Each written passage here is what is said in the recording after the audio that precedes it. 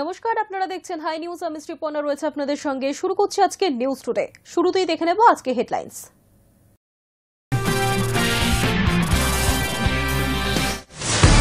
সংবিধানের ১৩০তম সংশোধনী বিল নিয়ে উত্তাল সংসদ। নতুন এই প্রস্তাবিত আইনে বলা হচ্ছে, মুখ্যমন্ত্রী অন্য কোনো মন্ত্রী বা প্রধানমন্ত্রী যদি টানা ৩০ দিন জেল হেফাজতে থাকেন তবে তাদের পদ থেকে সরানো যাবে।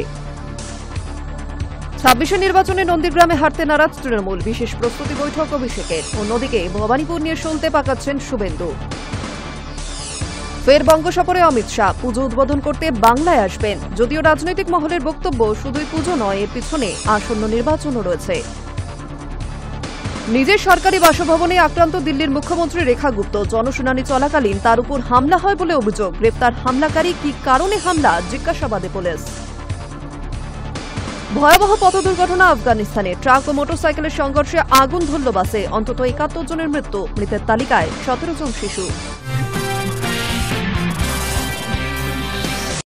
মমতা বন্দ্যোপাধ্যায়ের বিরুদ্ধে বিধানসভা নির্বাচনে লড়াই করতে প্রস্তুত রাজ্যের বিরোধী দলনেতা শুভেন্দু অধিকারী।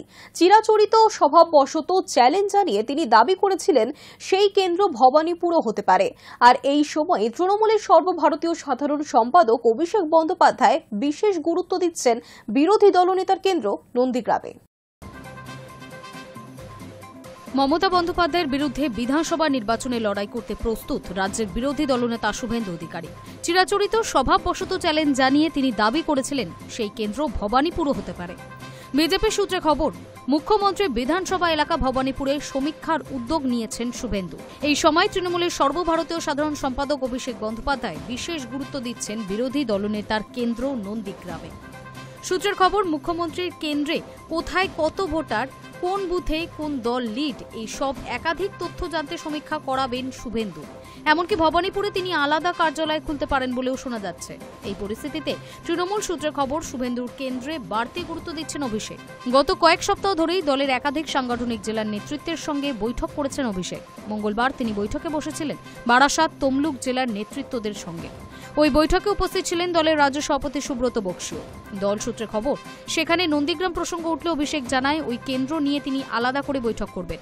দল সূত্রে আরও জানা গিয়েছে, অভিষেকের বিশেষ নজরে থাকা ওই কেন্দ্রের বুথ সভাপতি, স্থানীয় নেতৃত্ব থেকে শুরু করে দলের শাখা সংগঠনের নেতা নেত্রীরা সেই বৈঠকে উপস্থিত থাকতে পারেন। সেই বিশেষ বৈঠক কবে হবে তা এখনও জানা যায়নি। তবে এটুকু পরিষ্কার, ভোট সমরে অভিষেকের সেনাপতিত্বে দলের কাছে বাড়তি গুরুত্ব পাবে এই কেন্দ্র। ২০২১ সালে বিধানসভা নির্বাচনে নন্দীগ্রাম কেন্দ্রে প্রতিদ্বন্দ্বিতা করেছিলেন মমতা ও শুভেন্দু। ১৯৫৬ ভোটে জয়ী হয়েছিলেন শুভেন্দু। যদিও প্রকৃত জয়ী কে, এই নিয়ে বিতর্ক জারি আছে। মামলা ঝুলে রয়েছে আদালতেও। সেই ফল নিয়ে শুভেন্দুকে কটাক্ষ করে তৃণমূল বলে লোডশেডিং বিরোধী দলনেতা। পাল্টা বিজেপি কটাক্ষ করে বলে কম্পার্টমেন্টাল মুখ্যমন্ত্রী। এক বিধানসভা নির্বাচনের কথা মনে রেখে আগামী বিধানসভা নির্বাচনের আগে যুযুধান দুই শিবিরের দুই নেতার নজরে দুটি কেন্দ্র, ভবানীপুর ও নন্দীগ্রাম। খোদ মুখ্যমন্ত্রীর কেন্দ্র ভবানীপুর, অন্যদিকে বিরোধী দলনেতার কেন্দ্র নন্দীগ্রাম।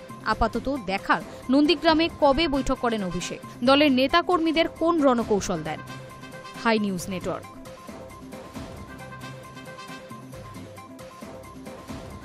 লোকসভায় সংবিধানে সংশোধনী বিল পেশ কেন্দ্রীয় স্বরাষ্ট্রমন্ত্রী অমিত শাহ। আর সেই বিলের বিরুদ্ধেই গর্জে উঠলেন তৃণমূল কংগ্রেস সাংসদ অভিষেক বন্দ্যোপাধ্যায়। প্রশ্ন তুলেছেন, দেশ জুড়ে একাধিক ইস্যু থাকা সত্ত্বেও কেন এই বিল পেশ করা হচ্ছে? গণতন্ত্রকে নষ্ট করার চেষ্টা চলছে। লোকসভায় সংবিধান সংশোধনী বিল পেশ কেন্দ্রীয় স্বরাষ্ট্রমন্ত্রী অমিত শাহের। সেই বিলের বিরুদ্ধে গর্জে উঠলেন তৃণমূল কংগ্রেস সাংসদ তথা লোকসভায় তৃণমূল সংসদীয় দলনেতা অভিষেক বন্দ্যোপাধ্যায়। দেশজুড়ে একাধিক ইস্যু থাকা সত্ত্বেও কেন এই বিল পাশ করা হচ্ছে, এই প্রশ্ন তিনি তুলেছেন। দাবি করলেন, এই বিল পেশ করে রাজ্যের সরকারগুলিকে ফেলে দেওয়া ও গণতন্ত্রকে নষ্ট করার চেষ্টা চলছে।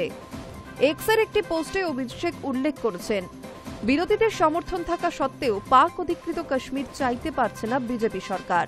শুধু তাই নয়, সীমান্ত সুরক্ষার ক্ষেত্রেও যথেষ্ট গুরুত্ব দেওয়া হচ্ছে না বলে অভিযোগ তুলেছেন তৃণমূলের সর্বভারতীয় সাধারণ সম্পাদক।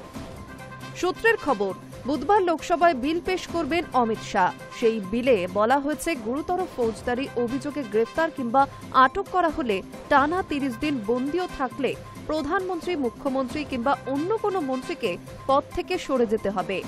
এটি হবে ১৩০তম সংবিধান সংশোধনী বিল। এই বিলে এই প্রস্তাবও দেওয়া হয়েছে যে বহিষ্কৃত মন্ত্রীরা মুক্তি পাওয়ার পর ফের পথ ফিরে পেতে পারেন। আর এরপরে সোশ্যাল মিডিয়ায় গর্জে উঠলেন ডায়মন্ড হারবারের সাংসদ। বিজেপি সরকারকে কৃষক বিরোধী ও জনবিরোধী বলে উল্লেখ করেছেন এই সাংসদ। তার কথায় বিজেপিকে একটা ভোট দেওয়ার অর্থ দেশকে বিক্রি করে দেওয়া। তার মতে বিজেপি দেশের সংবিধানকে নিজেদের সম্পত্তি হিসেবে ব্যবহার করতে চাইছে। শুধু অভিষেক বন্দ্যোপাধ্যায় নয়, এই ইস্যুতে তৃণমূল সাংসদ Derek O'Brien, Mahua Moitra social মিডিয়ায় গর্জে উঠেছেন। পোস্টে লিখেছেন, সাংবিধানিক দায়িত্ব পালন করার বদলে কেন্দ্রের সরকার শুধুই ক্ষমতা আর সম্পদে আগ্রহী। আমরা এই কঠোর সংবিধান সংশোধনী বিলে আপত্তি জানাচ্ছি। কৃষক কিংবা দরিদ্র মানুষের জন্য কাজ না করে বিজেপি সরকার এই বিল আনছে। সোশ্যাল মিডিয়ায় অভিষেক বন্দ্যোপাধ্যায়ের আরও দাবি, এসআইআর বাস্তবায়নে নির্বাচন কমিশনকে অপব্যবহারের প্রচেষ্টা ব্যর্থ হয়েছে। এবার বিরোধীদের বিরুদ্ধে কাজে লাগানোর জন্য ইডিকে ব্যবহার করার চেষ্টা করছে বিজেপি। এই বিল পেশ করে রাজ্যের সরকারগুলিকে ফেলে দেওয়া এবং গণতন্ত্রকে নষ্ট করার চেষ্টা চলছে বলেও মন্তব্য করেছেন তৃণমূলের সর্বভারতীয় সাধারণ সম্পাদক। Hi news network.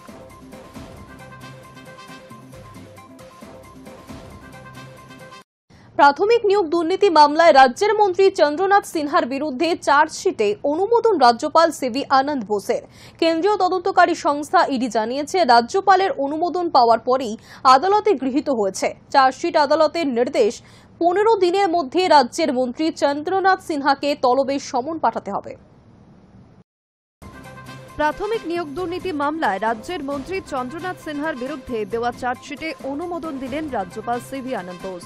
আদালতে এমনই জানালো কেন্দ্রীয় তদন্তকারী সংস্থা ইডি। রাজ্যপালের অনুমোদন পাওয়ার পরেই আদালতে গৃহীত হয়েছে চার্জশিট। আদালতের নির্দেশ, রাজ্যের কারা ও ক্ষুদ্র ও কুটির শিল্প মন্ত্রীকে আগামী 15 দিনের মধ্যে তলবের সমন পাঠাতে হবে। চলতি মাসের শুরুতে কলকাতার বিশেষ সিবিআই আদালতে মন্ত্রী চন্দ্রনাথের বিরুদ্ধে চার্জশিট জমা দেয় কেন্দ্রীয় তদন্তকারী সংস্থা ইডি।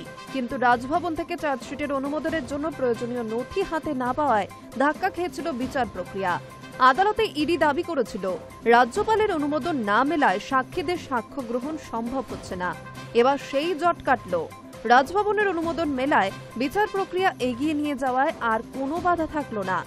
ইডি সূত্রে খবর, রাজ্যের প্রাথমিক নিয়োগ দুর্নীতি মামলার তদন্তে বলাগড়ের বহিষ্কৃত তৃণমূল যুব নেতা কুন্তল ঘোষের সূত্র ধরে চন্দ্রনাথের নাম উঠে আসে। তারপর থেকে একাধিকবার চন্দ্রনাথকে তলব করে ইডি। দুবার তলব এড়িয়ে যাওয়ার পর দিন কয়েক আগে তদন্তকারীদের মুখোমুখি হন চন্দ্রনাথ। এছাড়াও ইডির চেয়ে পাঠানো সমস্ত নথি জমা দিয়েছেন বলে জানিয়েছিলেন তিনি। তদন্তের স্বার্থে চন্দ্রনাথের বাড়িতেও তল্লাশি চালিয়েছিল ইডি আধিকারিকেরা।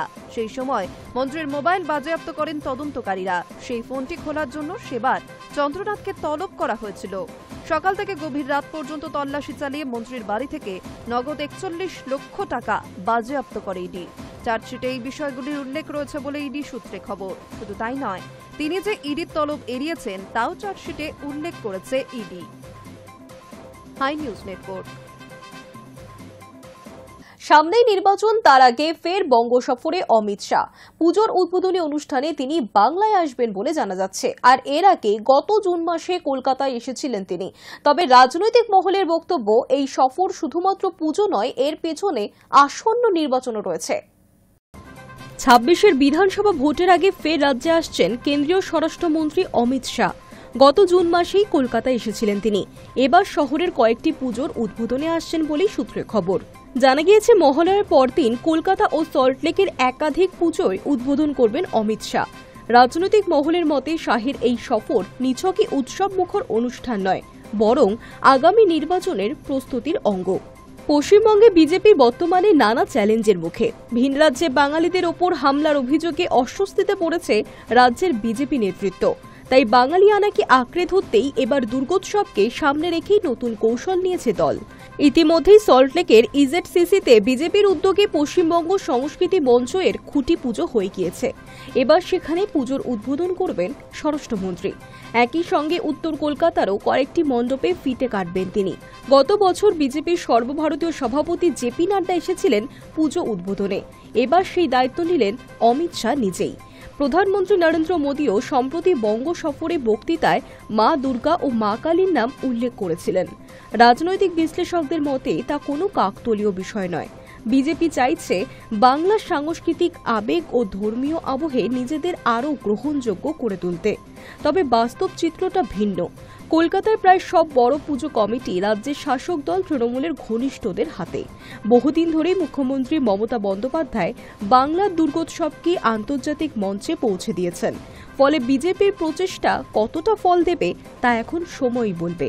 আগামী 22শে আগস্ট কলকাতায় আসছেন প্রধানমন্ত্রী নরেন্দ্র মোদী। চলতি বছরে এই নিয়ে তার তৃতীয় বঙ্গ সফর হতে চলেছে এটি।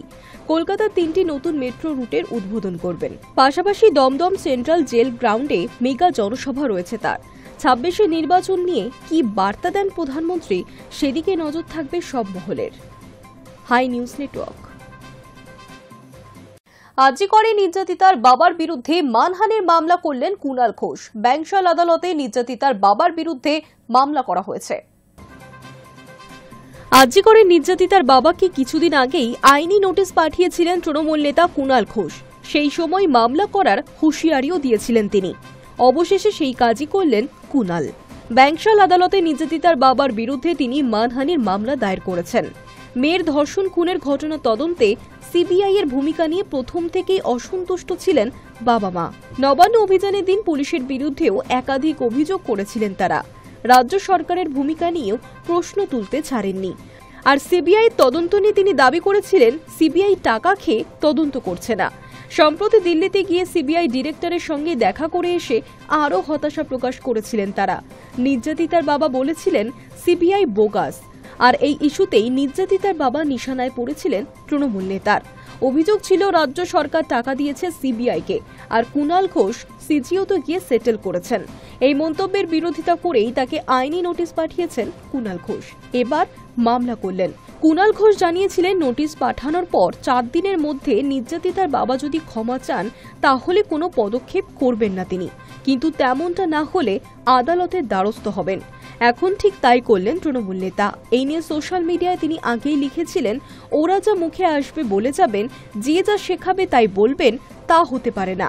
উনি ক্ষমা না চাইলে কোর্টে এসে যা বলেছেন তার প্রমাণ দিতে হবে। তার স্পষ্ট কথা, নির্যাতিতার বাবার প্রতি পূর্ণ সম্মান এবং সহমর্মিতা রয়েছে, কিন্তু এই ধরনের দাবি বা অভিযোগ করে কেউ পার পাবেন না।